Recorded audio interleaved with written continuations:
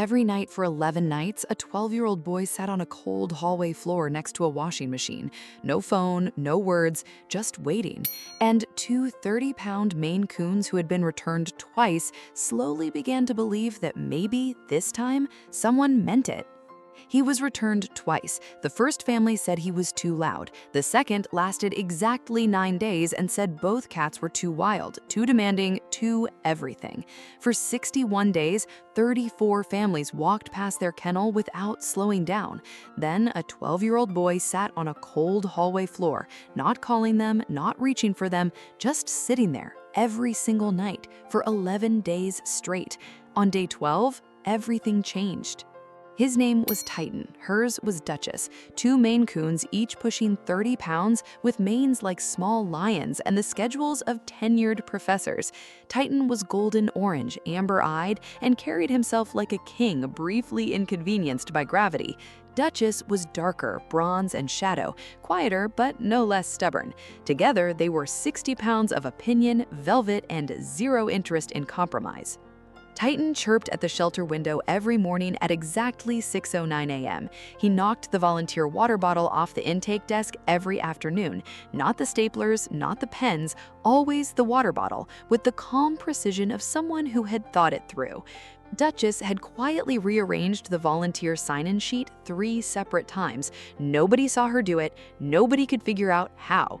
In 61 days at Cloverfield Animal Rescue, they'd been passed by 34 families and returned by 2.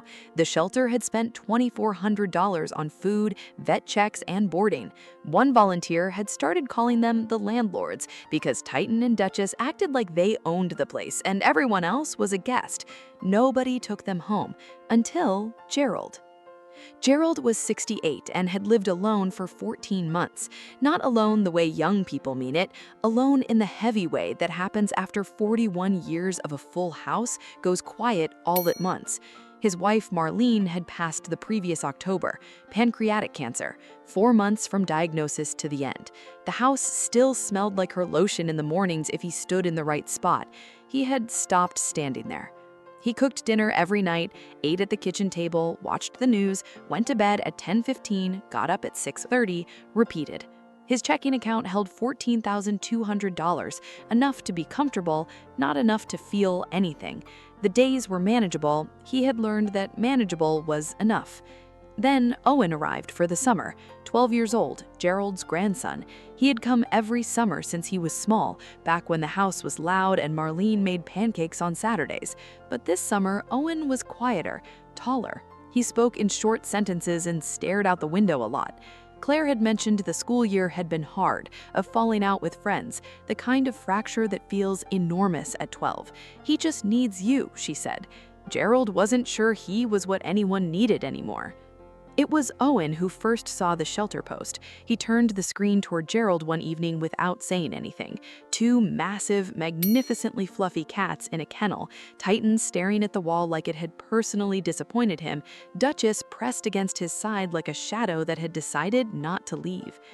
They've been there 61 days. 2 families gave them back, Owen said. Gerald looked at the photo. "We're not cat people," he said. Owen nodded and looked back at his phone. That night, Gerald looked up the shelter address. The volunteer at the front desk didn't sugarcoat it. They're a lot. Together, they eat $180 worth of food a month, premium only. They rejected the $40 bag.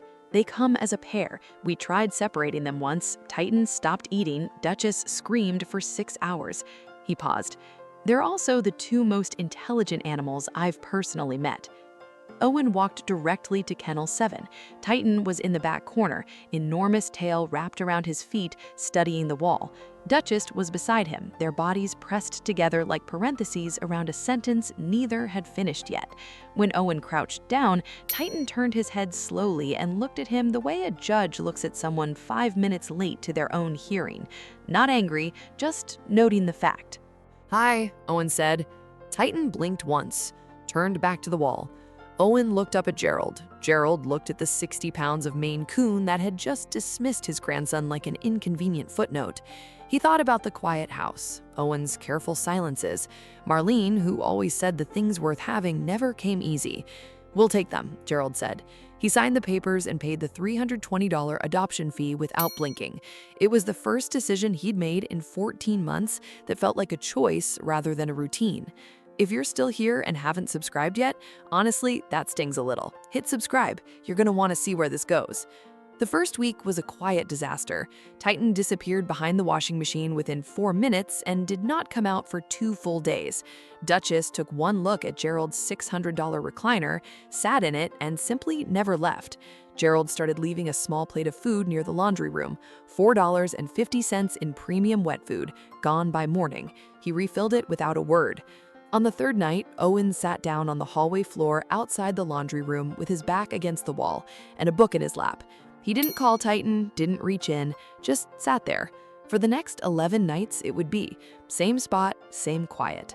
Gerald passed by at 9 p.m., found Owen still there, went to the kitchen, made 2 cups of tea, $12 a tin, Marlene's brand, and left one on the floor beside Owen without a word. From behind the washing machine, 2 pairs of amber eyes watched the steam rise. On day 12 at 6:47 in the morning, Gerald came downstairs and sat at the kitchen table with his newspaper. Titan walked in. He didn't announce himself, didn't chirp, didn't knock anything over. He walked to the table with the measured dignity of someone who had made a decision and intended to honor it. Then he jumped onto Marlene's chair, not Gerald's chair, Marlene's chair, the one nobody had sat in since October. He settled, tucked his paws beneath his chest, his tail drifted across the edge of the table toward Gerald's coffee cup. Close, not touching, close. Duchess appeared a moment later, walked past Gerald entirely, leaped onto the couch and began cleaning her face, as though she had lived there for years and had simply been away on business. Gerald did not reach for Titan, did not speak. He turned the page of his newspaper. When Owen came downstairs 40 minutes later, his grandfather was asleep at the table. Titan was curled in Marlene's chair, one large paw resting 6 inches from Gerald's hand. Close, not touching, close.